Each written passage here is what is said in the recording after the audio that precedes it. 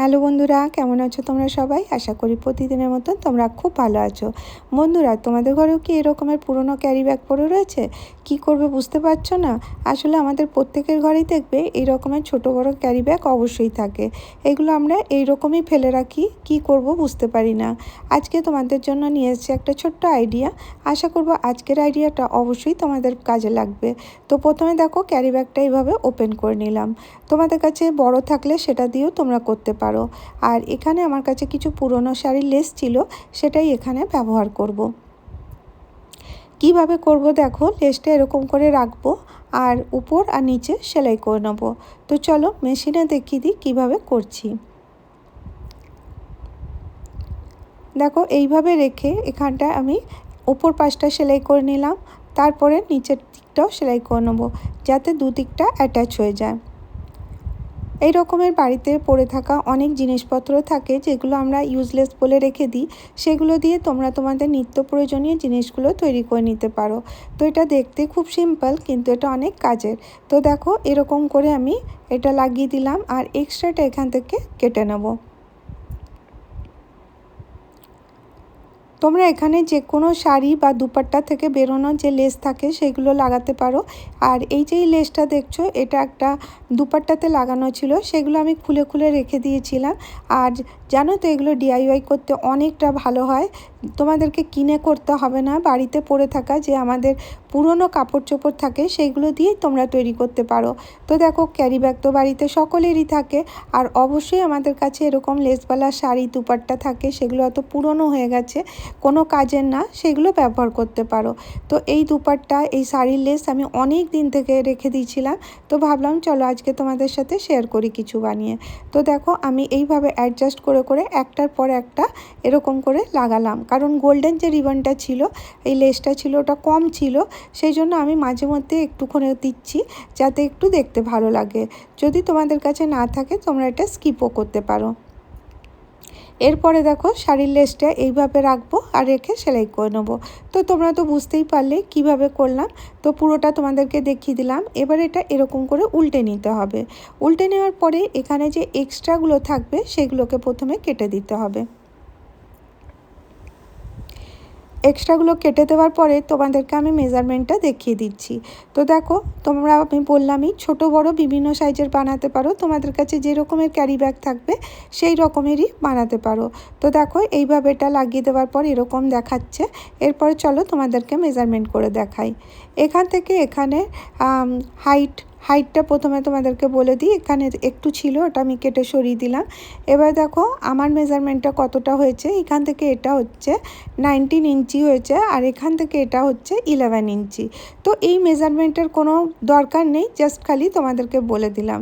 এবার দেখো আমি এখানে হ্যান্ডেলের জন্য একটা অন্য রকমের কাপড় নিয়েছি।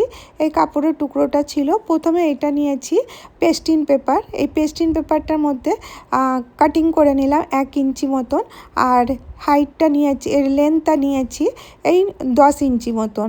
এবার দেখো এখানে একটা অন্য কাপড় ছিল গোল্ডেন কালারের, কারণ এই যে পার্সটা বানাচ্ছি এটা যদি রেড কালারের হয়, এর হ্যান্ডেলটা যদি গোল্ডেন কালারের হবে, দেখতে ভালো লাগবে। আমার কাছে এরকমের টুকরো কাপড় পড়েছিল, সেটাই আমি ইউজ করছি।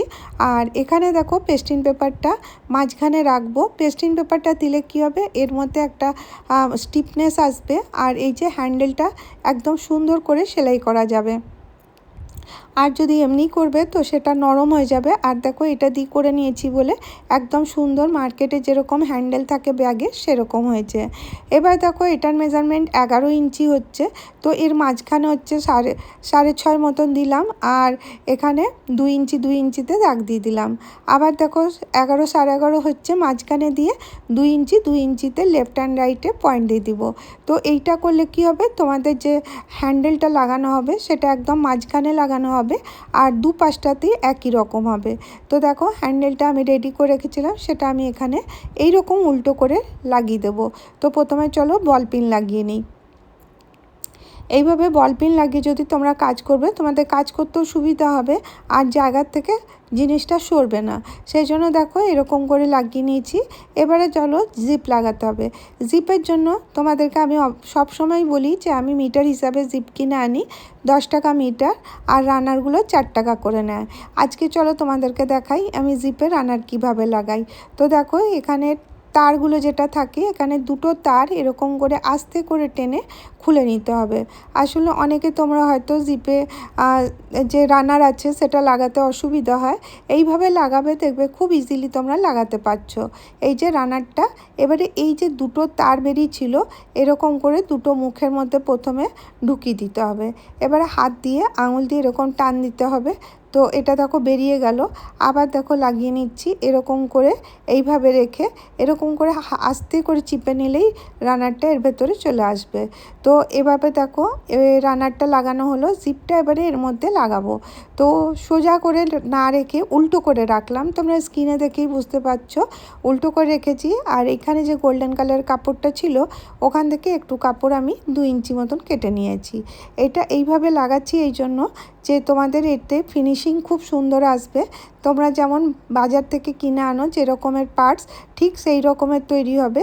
তো দেখো সেলাই করে নিয়েছি। এবারে এক্সট্রা যে কাপড়টা আছে সেটা আমি কেটে দিচ্ছি।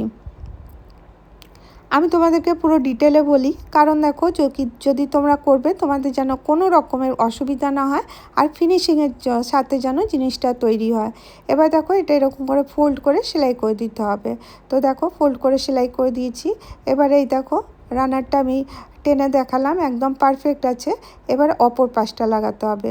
অপর পাশটা লাগাবার জন্য জাস্ট এইভাবে উল্টো করে নিতে হবে, একে অপরের উপরে এরকম করে রাখবো, রেখে সেলাই করতে হবে। তার আগে কি করব, এখানে যেরকম গোল্ডেন কাপড়টা নিচে দিয়েছিলাম ঠিক ওইভাবেই গোল্ডেন কাপড়টা এখানে দেব, আর দিয়ে সেলাই করে এখানে দেখো এবারে জিপটাকে আমি তোমাদেরকে ওপেন করে দিই। ওপেন করে দেওয়ার পরে এটা আস্তে আস্তে এরকম করে নিয়ে ডবল ফোল্ড করে সেলাই করে নিতে হবে।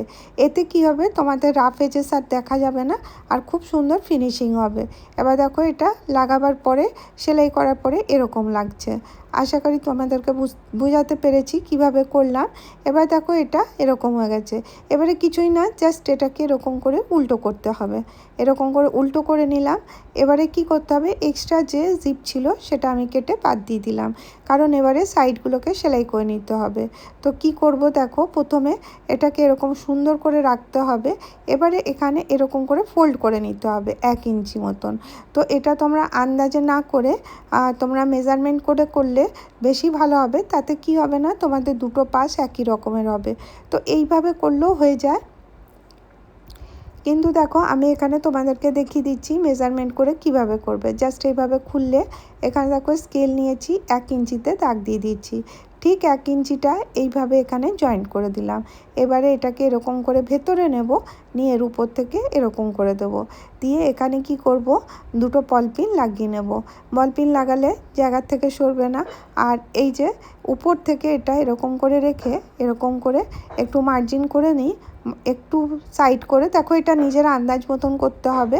এরকম করে একটু 1 ইঞ্চি মতন রেখে এখানে দেখো রেখেছি, রেখে একটু তিরছাভাবে আমি একটু মার্জিনটা করে নিলাম, জাস্ট খালি একটু শেপটা ভালো লাগার জন্য, আর কিছুই না। তো এবারে চলো এটাকে সেলাই করে নেব। সেলাই করে এখানে দেখো এক্সট্রা যেটা আছে সেটা আমি আস্তে করে কেটে নেব। এবারে ফিনিশিংয়ের জন্য তোমরা এখানে পাইপিং দিতে পারো। এবার চলো এখানে আমি বল পিনগুলো সরিয়ে দিই। দেখো এরকম একটা শেপ তৈরি হয়ে গেছে, কারণ এটা ভেতরে ঢুকানো আছে আর এখান থেকে এটা আমি একটু সুন্দর করে ফিনিশিং দিয়ে নিলাম। এবার দেখো এটাকে এবারে ওপেন করতে হবে। তো যখন ওপেন করব জিপটাকে এরকম সরিয়ে দিব আর দিয়ে এরকম করে এটাকে ঠিক করে নিতে হবে। আর এবারে এটাকে চলো সোজা করি।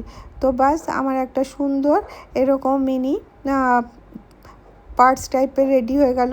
তো এটা দেখো কোথাও তোমরা গেলে নিয়ে যেতে পারো। আর এখানে যে পুঁতিগুলো ছিল সেগুলো এক্সট্রা ছিল, সেগুলো আমি কেটে দিচ্ছি। আর সেলাইয়ের পরে এক্সট্রা সুতো যেগুলো থাকবে সেগুলো অবশ্যই কেটে নিতে হবে। তো একটুখানি গোল্ডেন রিবনটা দেওয়ার জন্য দেখো এই লুকটা অনেকটা অন্যরকম হয়েছে। তো ফাইনাল লুকটা তোমাদেরকে দেখিয়ে দিই কীরকম হয়েছে। তো এরকম একটা ছোট্ট মিনি পাউচ তোমরা পার্টস রেডি করতে পারো। তো দেখতে কেমন লাগছে অবশ্যই জানিও। বাড়িতে পড়ে থাকা এরকম পুরনো জিনিস দিয়ে তোমরা নতুন কিছু অবশ্যই তৈরি করে নিতে পারবে। তো আজকের ভিডিও কেমন লাগলো অবশ্যই জানাবে। তো আজকের ভিডিও এতটাই, আবার দেখা হবে নেক্সট ভিডিওতে। ভালো থেকো, সুস্থ থেকো, বাই বাই।